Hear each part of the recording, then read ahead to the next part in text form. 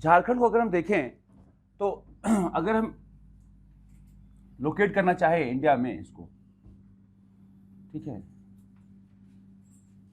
इसको इंडिया में लोकेट करना चाहे तो ये किस रीजन में आ रहा है? ये बिल्कुल सही, ये छोटा नागपुर प्लेट्यू के रीजन में आ रहा है। और ये कौन सा अक्षांश है, उत्तरी की दक्षिणी कि? यस, बिल्कुल सही है।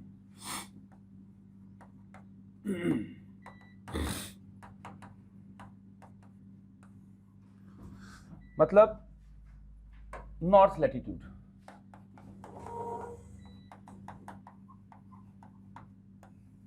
ठीक,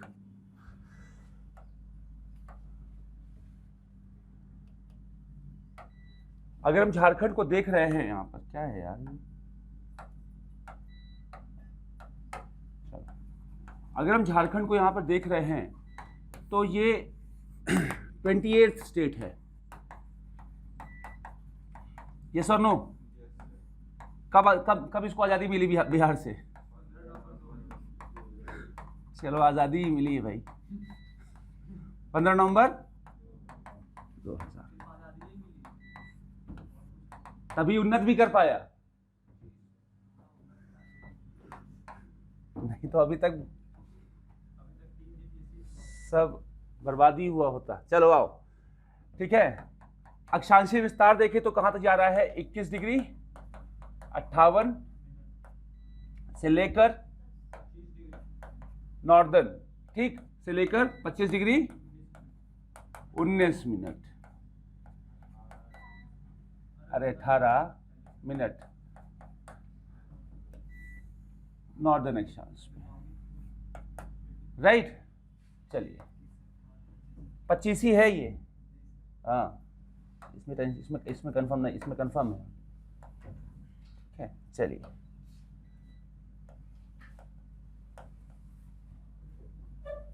ठीक, ये तो था सिंपल सा तरीका आपका। पॉपुलेशन ऑपरेशन आप लोग आराम से कहिए तो मैं लिखवा दूं, पॉपुलेशन कहिए तो 2011 की पॉपुलेशन कुछ मैं भी लिखवा दूंगा आपको डेटा में, ये डेटा चलेगा। लेकिन समझने वाली बात है, ये आपके मेंस का कोई इससे कोई संबंध नहीं है, सब आ चुका प्रीलिम्स में आपसे, इसमें कहीं से कुछ नहीं आने वाला।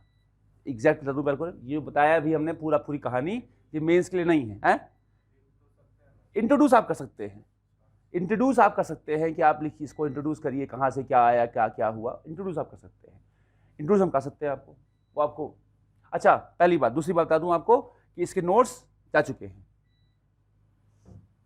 मतलब हम इसको दे चुके हैं। मतलब ये कल से मेरा खून मत पीजिएगा, सर नोट्स जा चुके हैं इसके दोनों लैंग्वेज में,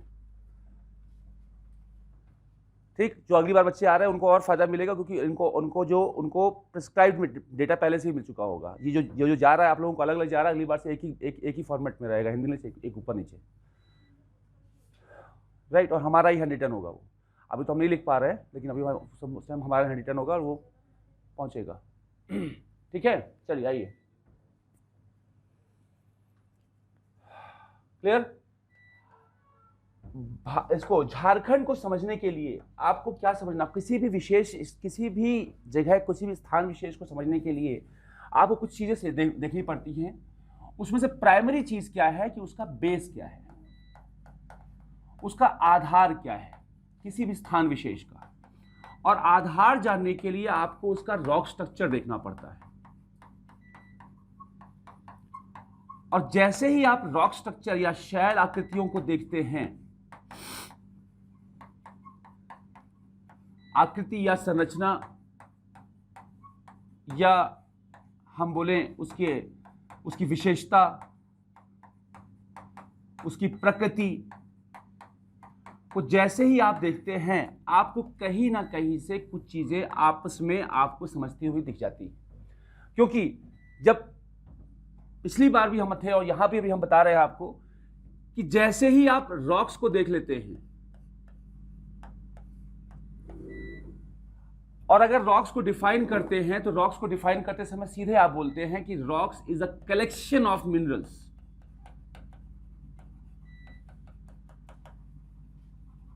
मतलब शैल जो होती हैं वो खनिजों का समूह है, परिभाषा यही बोलती है, राइट। अब वो खनिज कैसे आ रहे हैं वो उसकी उत्पत्ति पर निर्भर करता है कि किस फॉर्म में वो खनिज आया है, वो जो शैल आया है वो किस प्रकार से, किस तरह से उसकी उत्पत्ति हुई है। ये उसकी उत्पत्ति पर निर्भर करेगा कि कौन से खनिज आ रहे हैं इसमें, राइट। जब शैलों का अपवर्तन, अपघटन, अपक्षरण, कोई भी प्रक्रिया होती है, क्षरण, तो उससे क्या बन रहा होता है, हमारे मृदा बन रही होती है, सॉइल बन रहा होता है, राइट।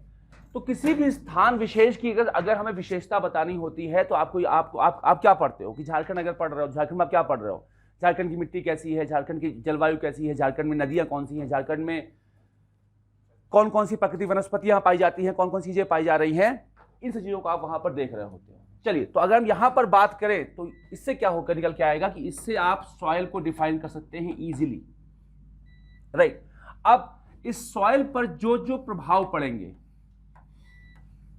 क्योंकि मृदा कैसे टूटी है उस पर भी डिपेंड कर रहा है, ये जो शेल्ट आया है ये कैसे टूटा है, कैसे विखंडित हुआ है, उस पर भी निर्भरता होती है मृदा की, कि वो नदियों द्वारा आया हुआ है, कि वो वेदरिंग होकर वहीं पे गिर गया, या कहीं दूर से किसी और माध्यम से आया।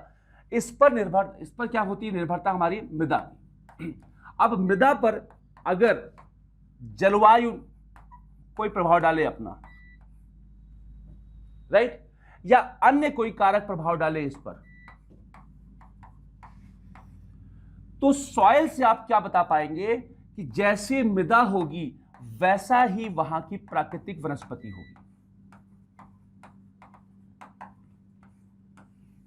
होगी, यस और नो। जैसी मृदा होगी वैसा ही वहां का नेचुरल वेजिटेशन होगा, वैसा ही वहां का प्राकृतिक वनस्पतियां होंगी। जो नेचुरल वेजिटेशन होगा वो वैसा ही कुछ होगा, which can survive on that particular kind of soil, जो उस विशेष मृदा में रह सके, राइट। समझ में आया। अब जैसी प्राकृतिक वनस्पतियां होंगी वैसा ही वहां का जैव मंडल होगा, मतलब वैसे ही वहां पर हमारे जीव जंतु पशु पक्षी पाए जाएंगे, क्योंकि उनको इस पर उनकी निर्भरता बढ़ जाएगी। दूसरी, जैसी प्राकृतिक वनस्पति होगी वैसा ही वहां पर उद्योग मिलेगा।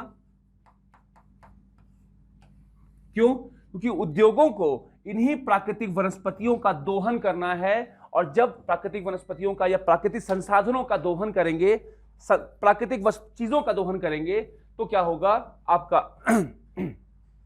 उद्योगों का निर्माण होगा और वो संसाधन बन जाएगा, रिसोर्स फॉर्म हो जाएगा।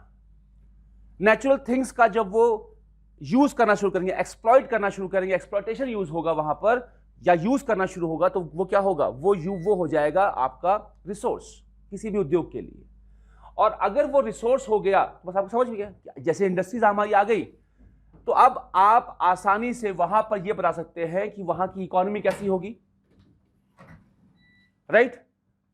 अगर उद्योग आ गए या प्राकृतिक वनस्पतियां आ गई, उद्योग कम है या प्राकृतिक वनस्पति, जिस प्रकार की हमारी वनस्पतियां हैं या जिस प्रकार के संसाधन है हमारे पास प्राकृतिक रूप से, उस प्रकार का उद्योग रहेगा। अब उद्योग इन पर निर्भर है, हमारे संसाधनों पर निर्भर हो जाएगा। क्लियर? इनके माध्यम से आप आराम से बता सकते हैं कि कैसी अर्थव्यवस्था रहेगी। वो कृषि आधारित अर्थव्यवस्था रहेगी, वो उद्योग आधारित अर्थव्यवस्था रहेगी, मतलब इकोनॉमी जो रहेगी वहां पर वो कैसी रहेगी, एग्रो बेस्ड रहेगी, इंडस्ट्रियल बेस्ड रहेगी, या कैसी रहेगी, या दोनों रहेगी, या मिक्स्ड रहेगी, राइट। क्योंकि ये चीजें निकल के आती हैं आपके सॉइल से। अब अगर सॉइल फर्टाइल नहीं है वो, तो क्या वो प्लेस एग्रीकल्चर के लिए है? नहीं है, राइट। अगर हमारे सॉइल में ऐसे कोई मिनरल्स पाए जा रहे हैं, हमारे रॉक्स ऐसे कोई मिनरल्स हैं वहां पर जिसको हम यूज कर सकते हैं किसी और सेक्टर में, तो हमारी इकोनॉमी कैसे हो जाएगी? इंडस्ट्रियल बेस हो जाएगी, जिस पर भी हमारी डिपेंडेंसी बढ़ रही है, यस और नो। या अगर ऐसा पाया गया कि हम उसको दोनों की तरह यूज कर सकते हैं, तो वो क्या हो जाएगा, एग्रो इंडस्ट्रियल बेस हो जाएगी, मतलब कृषि उद्योग आधारित हो जाएगा, दोनों चीजें वहां रहेंगी, जिसको हम कहेंगे मिश्रित इकोनॉमी, इस सेंस में। समझ में आ रहा है, यस और नो। ये आपको इंट्रोडक्शन के अंदर ऐड करना है। ये किसी भी क्वेश्चन का आंसर आए, पूरी की पूरी ये कहानी जो बताए जा रहे हैं, ये इंट्रोडक्शन में कहीं कहीं छोटा छोटा काट के अपने हिसाब से सीधे डाल देना है। चाहे वो ज्योग्राफी बेस्ड क्वेश्चन आ रहा है, चाहे वो इकोनॉमी बेस्ड क्वेश्चन आ रहा है, चाहे वो एग्रो बेस्ड क्वेश्चन आ रहा है, आपको ये सब चीज समझाने आपको जरूरी होगी। किसी भी स्थान विशेष की अगर हम को परिभाषित करें, डिफाइन करें, तो ये चीजों को आपको समझना ही पड़ेगा, चाहे वो झारखंड हो, चाहे वो राजस्थान हो, चाहे वो लंदन हो, चाहे वो अमेरिका हो, चाहे वो इंडिया हो, चाहे कहीं भी हो। क्लियर, समझ में आ रहा है कि नहीं? चलिए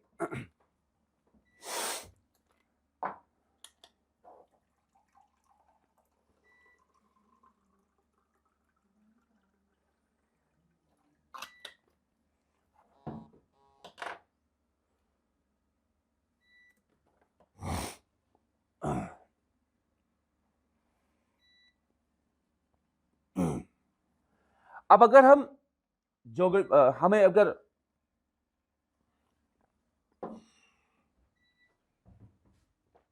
लिख लिया सबने, हाँ पक्का?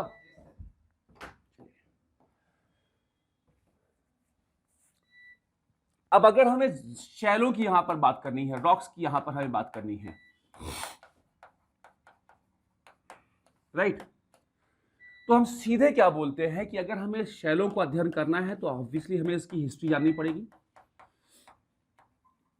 कि ये आया कहां से, या कोई भी जगह बनी वो आया कहां से, राइट, उसका फॉर्मेशन कैसे हुआ। फॉर्मेशन के लिए आपको इसकी जियोलॉजिकल हिस्ट्री देखनी पड़ेगी,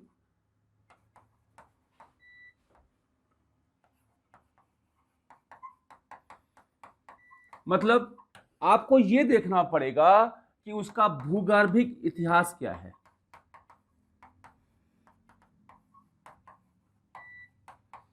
यह जानना बहुत जरूरी है, क्योंकि बताया मैंने आपको, अगर रॉक्स पता चल गए तो आपको उस पूरी की पूरी कहानी को समझना पड़ जाएगा, राइट।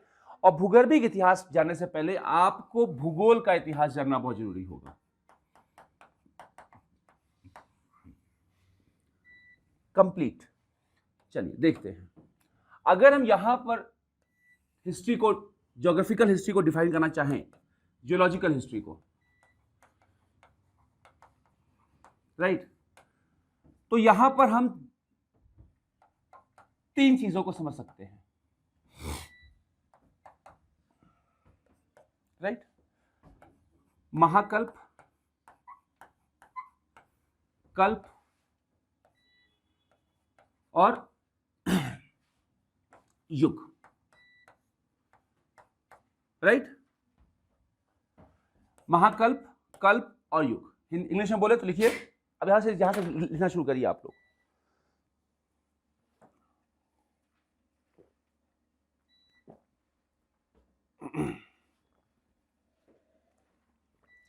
चलिए लिखिए, समझते चलिए।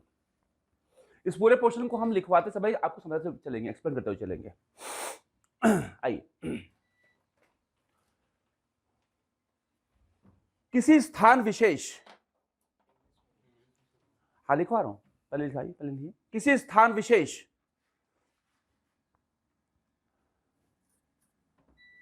की संपूर्ण संरचना की जानकारी को ज्ञात करने के लिए, अर्थात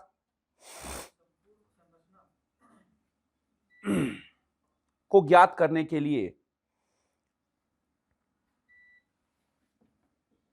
उस स्थान विशेष की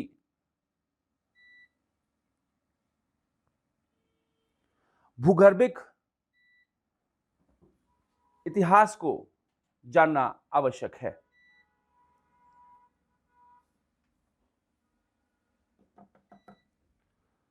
right. To know the structure of any specific place,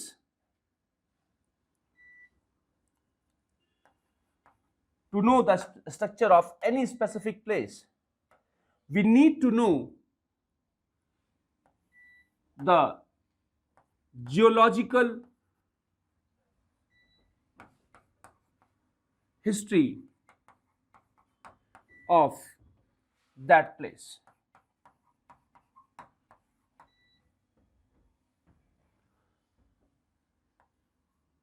जो कि निम्न प्रकार से है, जो कि निम्न प्रकार से है।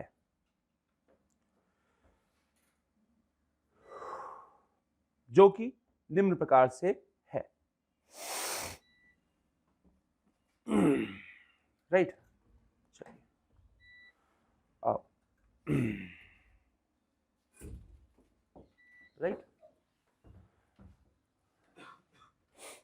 जैसे हम लोगों ने हिस्ट्री में पढ़ा था आद्य इतिहास, जहां की कोई ज्ञान नहीं है, जहां तक हम उसको निकाल नहीं पाए, वैसा ही कुछ इसमें डिवाइड करेंगे। उतना हम डिटेल में नहीं जा रहे हैं, आपको सीधे हम लेके आ रहे हैं आपको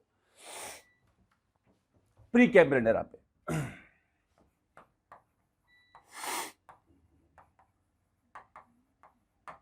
इसको हम 3 भागों में कर सकते हैं, era, period and epic. Right, मतलब महाकल्प, कल्प और युग। समझ में आया? महाकल्प, कल्प और एक युग, एपिक है ये, EPOCH।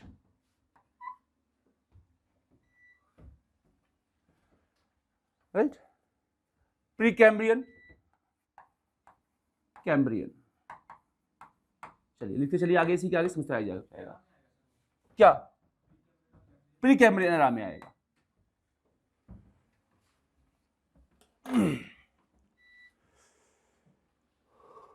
राइट, चलिए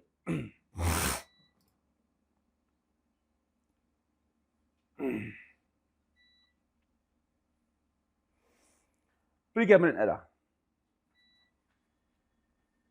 ठीक है, कैम्ब्रियन एरा को आप डिवाइड करेंगे। पहला डिवाइड होगा हमारा पेलियोजोइक एरा में।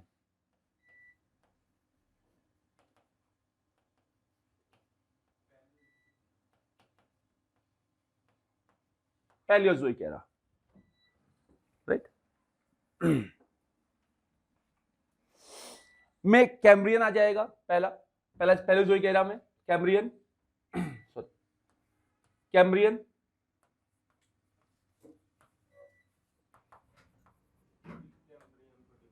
हाँ वही नहीं प्री तो थोड़ा हो चुका ना। पर रुक जाओ बेटा, तब कर दो, बता रहा हूं आपको, टेंशन मत करो। एरा को डिवाइड किया आपने, ठीक है, तो पहला हमारा आया प्री कैम्ब्रियन, राइट, फिर आपका आ रहा है पैलियोजोइक।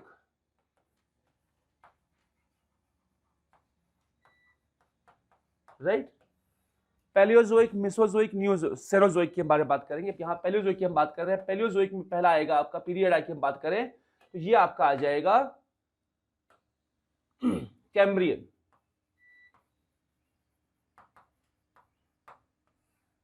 राइट, लिखिए कैम्ब्रियन। ऑर्डोविशियन, पहला Cambrian, Ordovician,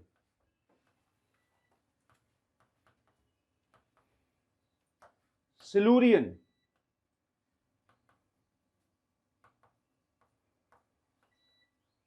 Cambrian, Ordovician, Silurian, Devonian,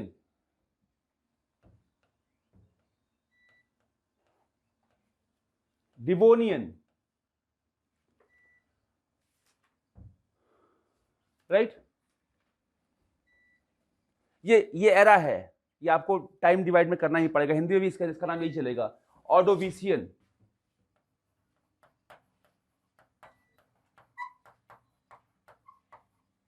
right, Silurian और डिवोनियन।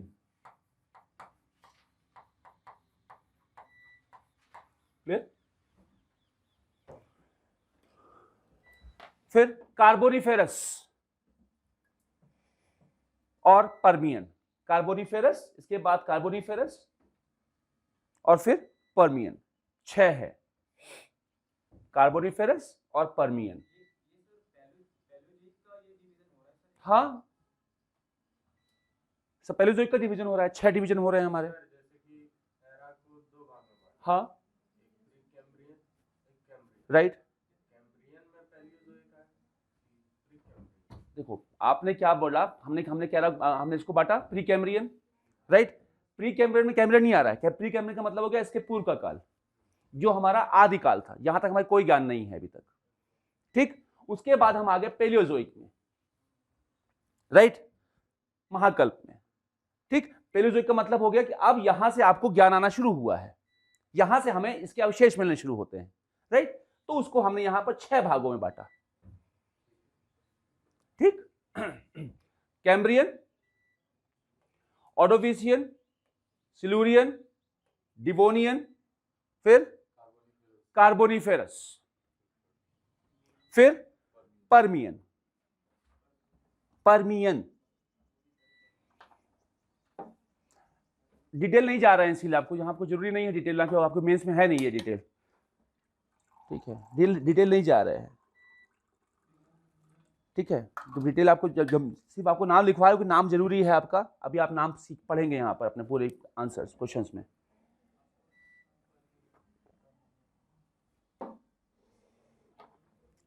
फिर अब आते हैं मेसोजोइक में। ये हो गया हमारा पेलियोजोइक, रब कर दें इसको, ठीक। अब आते हैं मेसोजोइक में, मध्य महाकल्प।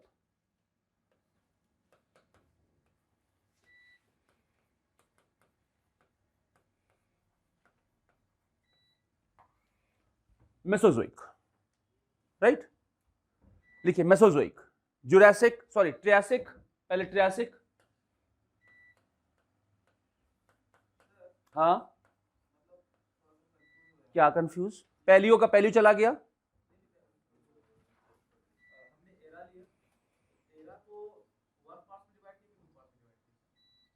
चार पार्ट्स में डिवाइड होंगे। प्री कैम्ब्रियन हो गया, पेलोजोइक आ गया, पेलोजोइक के बाद मिसोजोइक आ जाएगा, फिर न्यूजोइक आएगा, राइट। अभी आइए, अभी ट्रियासिक पे पहुंचिए। पहला क्या हो गया, ट्रियासिक, फिर जुरासिक। ये वही जुरासिक एरा है जहां पर डायनासोर की उत्पत्ति हुई, जुरासिक एरा। चलिए, ट्रियासिक और जुरासिक,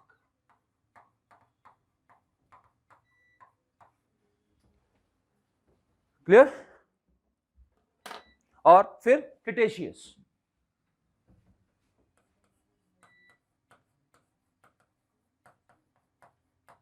क्रिटेशियस,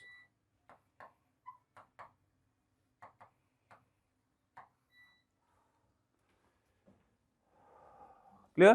हाँ, थोड़ा सा टफ होता है, इसको रटना पड़ता है नाम, इसको नाम याद करने पड़ते हैं सीधे, वो हाँ, वो है ही नहीं, प्री में नहीं, प्री में भी नहीं था, मेंस में भी नहीं था उतना। अब सर मैंने याद करवाया था क्या इसको, प्री में नहीं करवाया था ना?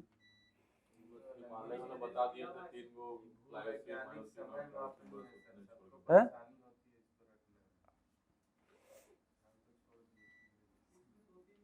चलो, सेनोजोइक, सेनोजोइक या नियोजोइक उसको बोलेंगे, सेनोजोइक। अगला क्या, सेनोजोइक।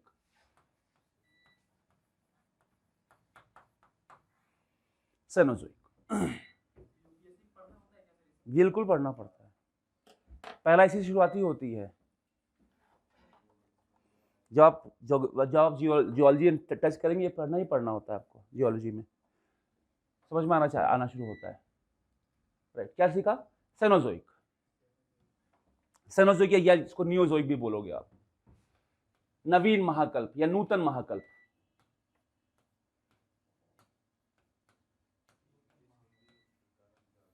हाँ, सेनोजोइक या नूतन महाकल्प या नवीन महाकल्प या नियोजोइक, आप कुछ भी बोल सकते हो, तो सेनोजोइक बोलते हैं इसको नॉर्मली, सेनोजोइक। इसमें लिखिए इयोसिन, इयोसिन, हाँ इसी के अंदर, सेनोजोइक में अंदर eosin, eosin, Oligocene, eosin, Oligocene, Pliocene, PLY O, Pliocene, और मियोसिन।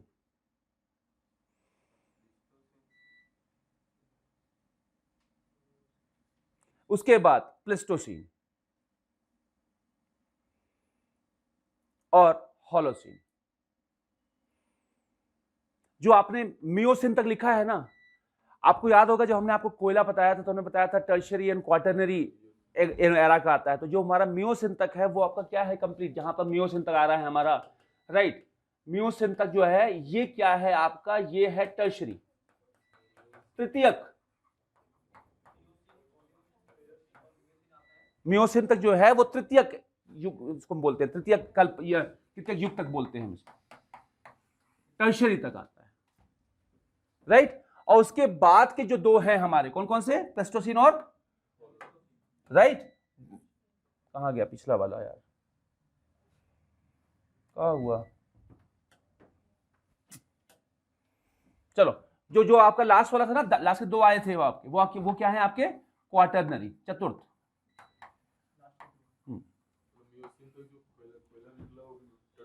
टर्शियरी तक आएगा, यस, राइट। प्लेस्टोसिन और होलोसिन जो है आपका, वो आ जाएगा आपका किसमें, क्वाटरनरी में, चतुर्थ या क्वाटरनरी। दोनों चीजें लिखा करिए आप लोग। क्वाटरनरी कहीं कहीं पर क्या होता है ना कि जो पेपर सेटर्स होते हैं वो चतुर्थ वतुर्थ नहीं लिख पाएंगे जल्दी से इजी, तो उनको क्वाटरनरी इजी होगी, ये बोलने वाली भाषा में आ जाएगा। जब आप इसको यूज में आ जाएंगे तो आपके मुंह से ये सब चीजें जल्दी निकलेंगी, राइट। अभी आपको आसान लग रहा है चतुर्थ है ये है, लेकिन तब आपके लिए क्वाटरनरी टर्शियरी आसान है, क्योंकि किताबों में भी आपको टर्शियरी क्वाटरनरी ही मिलता है। ठीक, समझ में आ गया। चलिए, ये थी पूरी ज्योग्राफिकल जियोलॉजिकल हिस्ट्री, जहां से हमारा जीवन की उत्पत्ति से लेकर शैलों की उत्पत्ति और शैलों का विकास तक आगे हम यहां पर बात करेंगे। अब हम जब सेनोजोइक एरा में आए हैं, तब वही सेनोजोइक एरा है जब हिमालय का फॉर्मेशन हो रहा है हमारा, राइट। मतलब जब हम इओसिन एरा में आ रहे हैं तो हिमालय का मूवमेंट स्टार्ट हो रहा है, हिमालय का निर्माण प्रक्रिया स्टार्ट हो रही है। क्लियर, समझ में आ रहा है। चलिए, अब आपको समझने वाली बात है, जब हम झारखंड स्पेशल की यहां पर हम बात कर रहे हैं, झारखंड की यहां पर बात कर रहे हैं, तो ये क्या ये क्या समझ में आ रहा है। ये बताने का तरीका, ये बताने का कारण ये था पूरा आपको कि यहां पे आपको ये समझना पड़ेगा कि झारखंड का निर्माण कैसे हुआ, तब हमें यहां पर आपको ये समझना पड़ेगा धीरे धीरे पूरा। अगर हम इसको बेसिक से लेके चले शुरुआत से, तो आपको याद था कि हमने एक बात किया था सुपर कॉन्टिनेंट की, जिसको हम बोल रहे थे पेंजिया, और पेंजिया का फिर बीच में विखंडन हुआ है, राइट। किसमें गया है, अंगारा लैंड में, इसको हम लॉरेंसिया भी बोल रहे हैं, और नीचे आ रहा है गोंडवाना लैंड, राइट। तो जैसा कि हमें पता है कि India was a part of a Gondwana land, right. तो छोटा नागपुर पठार है, अभी झारखंड नहीं बोल रहे हैं, जो हमारा छोटा नागपुर पठार है, ये भी पार्ट किसका है, गोंडवाना लैंड का, गोंडवाना का पूर्वी क्षेत्र। समझ में आया, लिखिए, गोंडवाना का पूर्वी क्षेत्र है ये। Clear, eastern part of the Gondwana.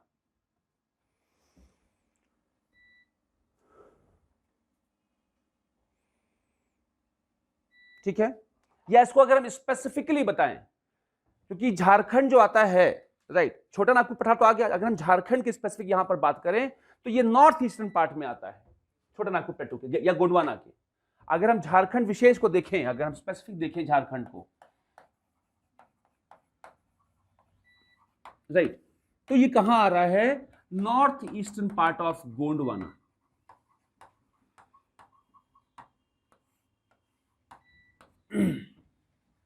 समझ में आ गया। इसीलिए यहां की जो हमारी चट्टानें पाई जा रही हैं, उनको हम क्या बोल रहे हैं, जो कोयला पाया गया उसको क्या बोल रहे हैं, गोंडवाना क्रम के कोयले हैं यहां पर, राइट। क्यों, क्योंकि इसका जो विकास हो रहा था ये उसी टाइम से हो रहा है जिस टाइम जब हमारा गोंडवाना का निर्माण हो रहा है, राइट, जब गोंडवाना लैंड बन रहा है पूरा का पूरा। हाँ प्रदीप, स्पेसिफिक बोले नॉर्थ ईस्टर्न में, नॉर्थ ईस्टर्न पार्ट जो ये हमारा छोटा नागपुर पठार जो है। हाँ बिल्कुल, अगर आप इसको स्पेसिफिक देखें आप यहाँ पर, राइट, तो ईस्टर्न आपका ये हो जाएगा कंप्लीट, या ये हो गया कंप्लीट, लेकिन नॉर्थ ईस्टर्न पार्ट का मतलब क्या हो गया, ये बाउंड्रीज थोड़ा सा टच करके ऊपर की तरफ से है। नॉर्थ ईस्ट इसलिए हम बोल रहे हो कि यहां से अभी हम स्लोप निकाल रहे होंगे, जब उसकी हम ढाल निकाल रहे होंगे तब हमें नॉर्थ ईस्ट की कोप करना पड़ेगा, क्योंकि ढाल करना पड़ेगा। अभी हम देखेंगे इसको जो उसका ढाल है, क्यों लावा, जैसे हमारा जब हमारा प्लेटू बनेगा, रांची और हजारीबाग प्लेटू बनेगा, तब हम यहां पर हमको समझना पड़ेगा कि उसका जो लावा बह के आ रहा था, डेक्कन ट्रैप जब बन रहा था, जो डेक्कन ट्रैप का लावा बह के आ रहा था, राइट, वो पठार का निर्माण कर रहा है।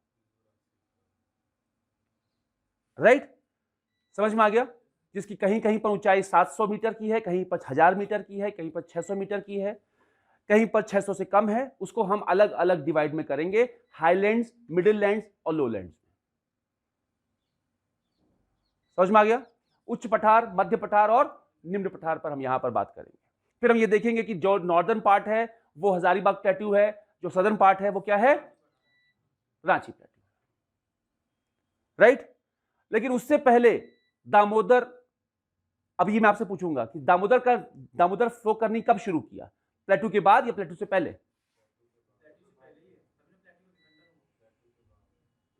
समझना पड़ेगा आपको, समझना पड़ेगा आपको, समझना पड़ेगा, ये क्वेश्चन बहुत फंसाया है, समझना पड़ेगा ना, समझिएगा। यहां पर रिफ्ट वैली पहले बनी है, right. Damodar is flowing in a rift valleys, rift घाटियों में बह रहा है, रिफ्ट का निर्माण पहले हुआ है, क्योंकि रिफ्ट क्या हुआ है, रिफ्ट कब टूटती है, कब बनता है, फॉल्ट्स कब बनते हैं, जब प्लेटें आपस में टूटी हैं, राइट, ये डाइवर्ज की है तभी स्लोप इसका अलग हुआ है, समझिएगा। यहां पर समझने वाली बात अभी बताएंगे भी आपको हम। यहां समझने वाली क्या बात है, पहले दामोदर रिफ्ट वैली बन चुकी थी, फॉर्मेशन हो चुका है, उसके बाद पठारों का निर्माण हुआ है, या कह सकते हैं हम कि साथ में ही हो रहा है, लेकिन इसको आप समझ रहे हैं कि पहले फॉर्मेशन हमारा किसका हो चुका है, रिफ्ट हमारी पहले ही बन चुकी है।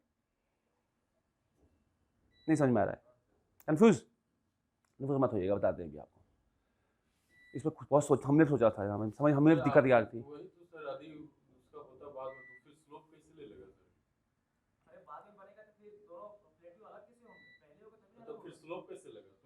किसका स्लोप, क्या प्लेट्यू का जो स्लोप ले रहा है, हाँ, दामोदर प्लेट्यू का स्लोप ले हाँ, रहा है, ठीक है, हाँ, तो दामोदर प्लेटू का स्लोप नहीं ले रहा है, दामोदर रिफ्ट वैली से स्लोप बन रहा है, स्लोप पहले ही बन चुका था हमारा नॉर्थ ईस्टर्न का पूरा वाला, स्लोप पहले ही बन चुका, हाँ, दामोदर नहीं बना, दामोदर पहले बन चुका है, दामोदर बन गया तब हमारा प्लेटू बना है। सर जो रिफ्ट वैली है, हाँ, रिफ्ट वैली बना, बिल्कुल, तो रिफ्ट वैली बना वो प्लेट्यू के अनुसार बना है, नहीं, प्लेट्यू का स्लोप जो निकला सर, वो जो काल था उस टाइम निकल गया, हाँ, और प्लेटू बन कब बना, दोनों सेम लगभग से, लेकिन पहले रिफ्ट वैली, ये इकट्ठे होने वाली प्रक्रिया थी। रिफ्ट वैली जो स्लोप ले रहा प्लेट्यू का नहीं बेटा, स्लोप प्लेटू को क्यों ले रहा है, ये स्लोप ले रहा है नीचे वाला, जो हमारा वाटर डिवाइड बन रहा है, ये हमारा जो वाटर डिवाइड बन रहा है, यहां पे समझिएगा, जो हमारा वाटर डिवाइड बन रहा है, जो हमारा लैंड फॉर्म है, जो हमारा लैंड फॉर्म है, ये उसका स्लोप ले रहा है, स्लोप ले रहा है, प्लेटू का स्लोप नहीं लिया है ना। जो हमारा डेक्कन ट्रैप बन रहा है, राइट, जो हमारा डेक्कन ट्रैप बन रहा है, इसी का लावा फ्लो करके आ रहा है, इसीलिए जो हमारा दामोदर रिफ्ट वैली है, यहां पर हमारे कोल मिलते हैं। लेकिन सर आप जानते हैं पहले क्लास में बोले थे कि लावा उधर से फ्लो करके यहां पे आ रहा है, तभी डेक्कन ट्रैप का फॉर्मेशन, तो वो तो हम भी बोल रहे हैं, अभी भी बोल रहे हैं, इधर लावा दिखा रहा है, ये वाला सर यहां पे जो लावा दिखा रहा है वो ये इस पे दिखा रहा है, हाँ, तो सर डायरेक्शन तो लावा का इधर साइड ना, देखो एक बेटा समझो ना, तो दोनों चीजें हो रही है, यहां समझिएगा, यहां पर क्या हो रहा है, क्या मतलब आप क्या कह रहे हैं कि मतलब मेडागास्कर वाला जो आ रहा है हाँ लावा, मेडागास्कर वाला, वो तो इधर से आ रहा है, मतलब इस पोर्शन से गिर रहा है, ये जो टेथिस सी वाला जो सेडिमेंट है ना, हाँ आप बोले उधर से गिर रहा है, ठीक, वो वाला लावा का फॉर्मेशन, ठीक है, हाँ और वो वाला लावा जब नीचे की तरफ जा रहा है तो डेकन ट्रैप का फॉर्मेशन हो रहा है एक तरफ, बिल्कुल, हाँ। तो फिर सर ये वाला लावा फिर इधर साइड कैसे गिरेगा? तो डेकन ट्रैप कहाँ है? सर ये वाला ये डेकन ट्रैप है, हाँ, तो लावा कहाँ जाएगा? लावा डेकन ट्रैप का फॉर्मेशन हो रहा है, लावा तो इधर से नहीं गिर रहा है सर, किधर से गिर रहा है? इधर टेथिस सी वाला एरिया से नहीं गिर रहा है, यहाँ से गिर रहा है, तो कहाँ जाएगा? अब फ्लो फ्लो किधर होगा उसका? अगर उसका फ्लो इधर बना हुआ है, पहले से लैंड फॉर्म पहले से फ्लो कर रही है, फ्लो करके झारखंड की तरफ आ रहा है ना, तो अगर पहले से यहाँ पर लावा यहाँ पर डिपॉजिट हो रहा है लावा का, राइट, उसकी शांता की वजह से क्या हो जाएगा? शांता कम है, इसका क्या क्या हो जाएगा? नीचे की तरफ आएगा, फ्लो कर जाएगा, और ये झारखंड में बिल्कुल। प्लेट्यू का फॉर्मेशन हो रहा वही तो हम वहीं पे बता रहे हैं।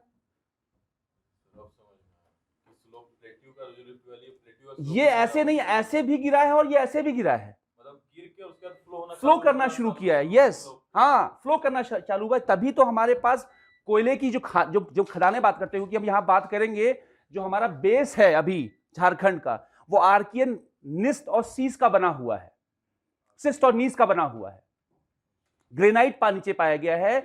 तो यहां पर क्या हो, ये सब क्या थी हमारे, राइट, समझ में आया कि नहीं आया? लेकिन जब रिफ्ट वैली हमारी बन चुकी है तो यहां पर जो भी हमारा लाइफ था वो डिस्ट्रॉय होना शुरू हुआ, क्योंकि इसकी वजह से लावा। कैनरियल में जो बोल रहे थे रॉक, वो क्या इग्नियस रॉक में आ जाएगा? किसमें? नहीं, सेडिमेंट्री आएगा, सेडिमेंट्री में सेडिमेंट्री मेटामॉर्फिक, मतलब इग्नियस रॉक को ही वो वहां पे इग्नेस चले गए नीचे की तरफ, नीचे की तरफ डिपॉजिट होने शुरू हो गए, उनका मेटामॉर्फिज्म शुरू हुआ, रूपांतरण शुरू हुआ, और रूपांतरण के बाद ये हमारे बन गए अवसाद बनने शुरू। मेटामॉर्फिक रूपांतरण अवसाद तो पहले बन चुके थे, उसके बाद बना हुआ। यहां पर हमें छोटा नागपुर पठार की अगर हम यहां पर बात करें, अगर आपको झारखंड पढ़ना है तो आपको छोटा नागपुर पठार को संपूर्ण देखना पड़ेगा, राइट। हम झारखंड स्पेसिफिक नहीं हम बात कर पाएंगे, आपको छोटा नागपुर पठार पूरा देखना पड़ेगा। और अगर छोटा नागपुर पठार देख रहे हैं आपको, तो आपको समझना पड़ेगा यहां पर कि यहां पर जो रूपांतरण हुआ है, मेटामॉर्फिज्म हुआ है, यहां पर बोथ इग्नियस का भी हुआ है और सेडिमेंट्री का भी हुआ है। जो हमें आज मिलता है वो मेटामॉर्फिज्म रॉक्स मिलते हैं, मेटामॉर्फिक रॉक्स मिलते हैं हमें यहां पर, जो हमें स्पेसिफिक मिलते हैं यहां पर। टाइम टू टाइम वो चेंजेस हो रहे हैं उसके, क्लियर? चलिए